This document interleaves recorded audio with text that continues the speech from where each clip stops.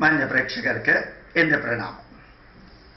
കഴിഞ്ഞ ക്ലാസ്സിൽ ഞാൻ ആയുർവേദത്തെക്കുറിച്ച് പറയുകയുണ്ടായി.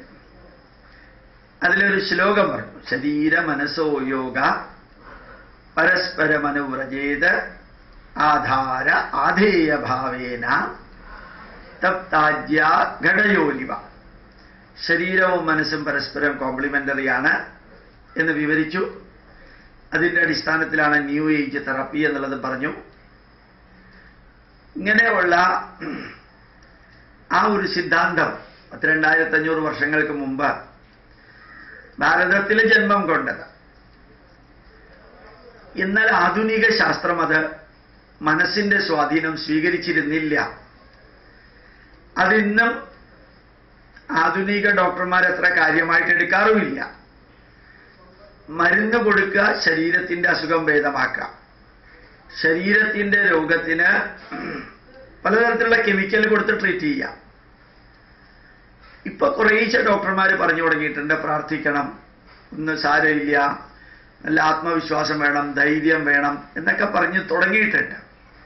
പക്ഷെ യഥാർത്ഥത്തിൽ ആധുനിക ഈ വൈദ്യശാസ്ത്രം മനഃശാസ്ത്രത്തിനെ സ്വീകരിക്കാൻ തുടങ്ങിയത് 2ാം ലോക മഹായുദ്ധത്തിന് ശേഷമാണ്. 100 വർഷത്തെ ഔഷധ പ്രയോഗ പഠന അറിവുകൾ അത് ഈ 2ാം ലോക മഹായുദ്ധത്തിന് ശേഷമാണ് മാറിയത്. എനിക്ക് തോന്നുന്നു കാലിഫോർണിയ യൂണിവേഴ്സിറ്റിയിൽ നടത്തിയ ഒരു പഠനമാണ്. 2ാം ലോക മഹായുദ്ധകാലത്തോ അതിനോട് ചേർന്നിട്ടുള്ള യുദ്ധകാലത്തോ കുറേ യുദ്ധ തടവുകാരെ രാഷ്ട്രത്തെ ഒറ്റിക്കൊടുത്തതിനെ തൂക്കിക്കൊല്ലാൻ അല്ലെങ്കിൽ ഇലക്ട്രിക്കൽ ചെയറിലിട്ട് കൊല്ലാൻ തീരുമാനിച്ചു. അങ്ങനെ വധശിക്ഷയ്ക്ക് വിധിക്കപ്പെട്ട യുദ്ധ തടവുകാര് അവരെ പരീക്ഷണാർത്ഥം വിട്ടുതരാനായിട്ട് യൂണിവേഴ്സിറ്റി അഭ്യർത്ഥിച്ചു. അങ്ങനെ കുറേ പേരെ പരീക്ഷണാർത്ഥം വിട്ടുകൊടുത്തു. ആ യുദ്ധ തടവുകാരെ ഏത് രീതിയിലുള്ള പരീക്ഷണത്തിനാണ് വിധേയമാക്കിയത് എന്നുള്ളത് അത്ഭുതകരമായിട്ടൊരു വസ്തുതയാണ്. അവരെ ആശുപത്രിയിൽ അവരുടെ കട്ടിലില് കയറുകൊണ്ട് എഴുന്നേറ്റ് ഓടാൻ പറ്റാത്ത വിധത്തിൽ വരിഞ്ഞ് കെട്ടി, എന്നിട്ട് അവരോടായിട്ട് പറഞ്ഞു, നിങ്ങളെ വധശിക്ഷയ്ക്ക് വിധിച്ചിരിക്കുന്നവരാണ്, നിങ്ങളെ ഇലക്ട്രിക്കൽ സിസ്റ്റത്തിലൂടെയോ തൂക്കുകയറിലൂടെയോ വെടിവെച്ചോ ഒന്നുമല്ല കൊല്ലാൻ പോകുന്നത്. നിങ്ങളുടെ കയ്യിലുള്ള ബ്ലഡ് വെസൽ മുറിച്ച് അതിൽ നിന്ന് ബ്ലഡ് ഇങ്ങനെ പുറത്തേക്ക് പ്രവഹിച്ച് ഡ്രോപ്പ് ബൈ ഡ്രോപ്പായിട്ട് പ്രവഹിച്ച് ആ ബ്ലഡ് ഇറ്റിറ്റായിട്ട് വാർത്ത് കളഞ്ഞിട്ട് നിങ്ങളെ കൊല്ലാൻ പോവാണ്. എല്ലാവരോടും പറഞ്ഞു. 10-16 പേരുണ്ടായിരുന്നു എന്നാണ് വായിച്ചതിൽ നിന്ന് മനസ്സിലായത്. എന്നിട്ട് ഈ കട്ടിലിൽ വരിഞ്ഞ് കെട്ടി അവരുടെ കണ്ണ് കെട്ടി, എന്നിട്ട് അവരുടെ കയ്യിൽ ചെറിയ മുറിവുണ്ടാക്കി ട്യൂബ് ഫിറ്റ് ചെയ്തു. അതൊക്കെ അവർക്ക് ഫീൽ ചെയ്യാം. കണ്ണ് കെട്ടിയിരിക്കുന്നതാണെങ്കിൽ ട്യൂബ് ഫിറ്റ് ചെയ്തതൊക്കെ അവർക്ക് ഫീൽ ചെയ്യാൻ പറ്റും.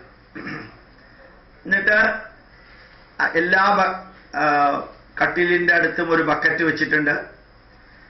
ഇവരോട് പറഞ്ഞു, നിങ്ങളുടെ കയ്യിലുള്ള വെയിനിലൂടെയുള്ള ബ്ലഡ് ഈ ട്യൂബ് വഴിക്ക് ഈ ബക്കറ്റിൽ ശേഖരിക്കും.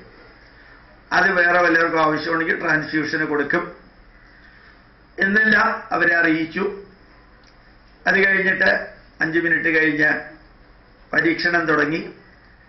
ഈ ബ്ലഡ് ബക്കറ്റിലേക്ക് വീഴുന്ന സൗണ്ട്, ഒരു ടാപ്പ് തുറന്ന ബക്കറ്റിലേക്ക് വെള്ളം വീഴുന്ന ആ സൗണ്ട് ഉണ്ടാക്കി, ഇത് നിങ്ങളുടെ ബ്ലഡ് പോകുന്ന സൗണ്ടാണ് എന്ന് അവരോട് പറഞ്ഞ് അവരെല്ലാവരെയും ഭയത്തിന്റെ സൂചിമുനയിൽ നിർത്തി ബ്ലഡ് ഇങ്ങനെ പോകുന്നതായിട്ട് ബോധ്യപ്പെടുത്തി. ഈ 16 പേരിൽ ആദ്യത്തെ ആള് 20 മിനിറ്റിനുള്ളിൽ അൺകോൺഷ്യസ് ആയി. അവസാനത്തെ ആള് ഏതാണ്ട് 1 മണിക്കൂർ ആവുമ്പോഴത്തേക്കും അയാൾ അൺകോൺഷ്യസ് ആയി, അയാൾ മരിച്ചു എന്നാൽ തീരുമാനിച്ചു. പക്ഷെ ഇത് ശാസ്ത്രലോകത്തിന് ഒരു അസാധാരണമായ അറിവായിരുന്നു. ഈ എക്സ്പെരിമെന്റിന് വിധേയരാക്കിയ ഒരാളുടെ കയ്യിൽ നിന്ന് പോലും ഒരു തുള്ളി ബ്ലഡ് പോലും പുറത്തേക്ക് ഒഴുക്കാതെ, പക്ഷെ ബ്ലഡ് പോകുന്നു, ബ്ലഡ് ഊറ്റിയെടുക്കുകയാണെന്ന ഫീലിംഗ് ഉണ്ടാക്കി മാത്രം അവരെ സൈക്കോളജിക്കൽ കില്ലിങ്ങിന്റെ അടുത്ത് കൊണ്ടുവന്ന് എത്തിക്കാൻ സാധിച്ചു.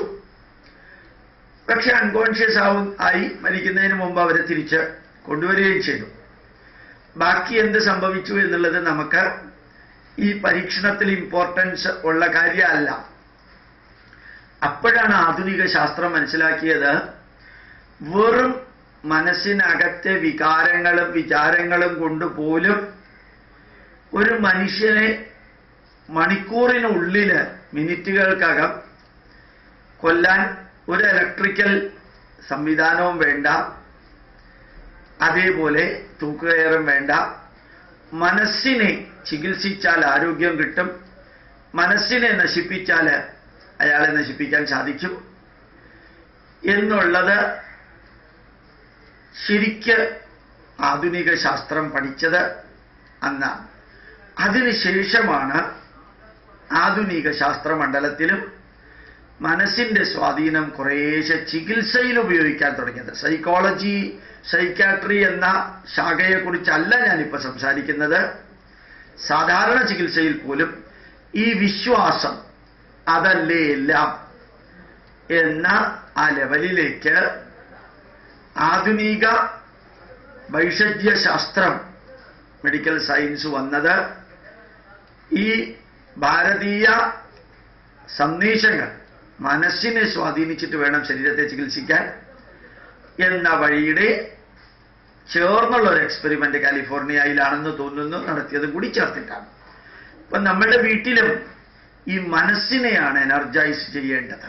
ഞാൻ കഴിഞ്ഞ സ്പീച്ചിൽ പറയുകയുണ്ടായി, ഒരു ചായക്കടക്കാരന് ലോകത്തിൽ UNOയുടെ മുമ്പിലോ അല്ലെങ്കിൽ അമേരിക്കൻ പാർലമെന്റിലോ ഒക്കെ സംസാരിക്കാൻ സാധിക്കണമെങ്കിൽ മനസ്സിന്റെ കപ്പാസിറ്റി അല്ലേ.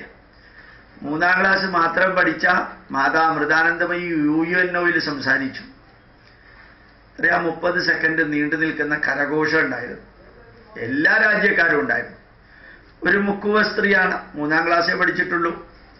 അവർക്കത് സാധിച്ചത് ശരീരത്തിന്റെ കപ്പാസിറ്റി അല്ല, ശരീരത്തിനെ മനസ്സിന്റെ കപ്പാസിറ്റി കൊണ്ട് വളർത്തിയെടുത്തതിനാലാണ്. അപ്പൊ ശരിക്ക് നമുക്ക് മനസ്സിനെ എനർജൈസ് ചെയ്യാൻ സാധിച്ചാൽ, കോൺഫിഡൻസ് ബിൽഡ് ചെയ്യാൻ സാധിച്ചാൽ എവിടം വരെ വേണമെങ്കിൽ എത്താൻ സാധിക്കുമെന്നതിന് തെളിവാണ്. ആയുർവേദത്തിന്റെ സംഭാവനയാണിത്. ഈവൻ മണിച്ചിത്രത്താഴ് എന്ന സിനിമയിൽ 100-200 മനഃശാസ്ത്രജ്ഞന്മാര് അതിനെ വിലയിരുത്തിയപ്പോഴും അതിലുള്ളത് നെഗറ്റീവാണെന്നല്ല പറഞ്ഞത്. അതും ആധുനിക ശാസ്ത്രത്തിന് ഉപയോഗിക്കാമെന്നാണ് മണിച്ചിത്രത്താഴിലെ ഉപബോധ മനസ്സിനകത്ത് ഉള്ള വികാര വിക്ഷോഭങ്ങൾ ഒരു മനുഷ്യനെ എവിടം വരെ കൊണ്ട് എത്തിക്കുമെന്നുള്ളതിന് ആ കഥയിലൂടെ തെളിവ് നൽകുന്നു. നമുക്ക് നമ്മുടെ മനസ്സിനെ എനർജൈസ് ചെയ്യാൻ സാധിക്കട്ടെ. പ്രണാമം, നമസ്കാരം.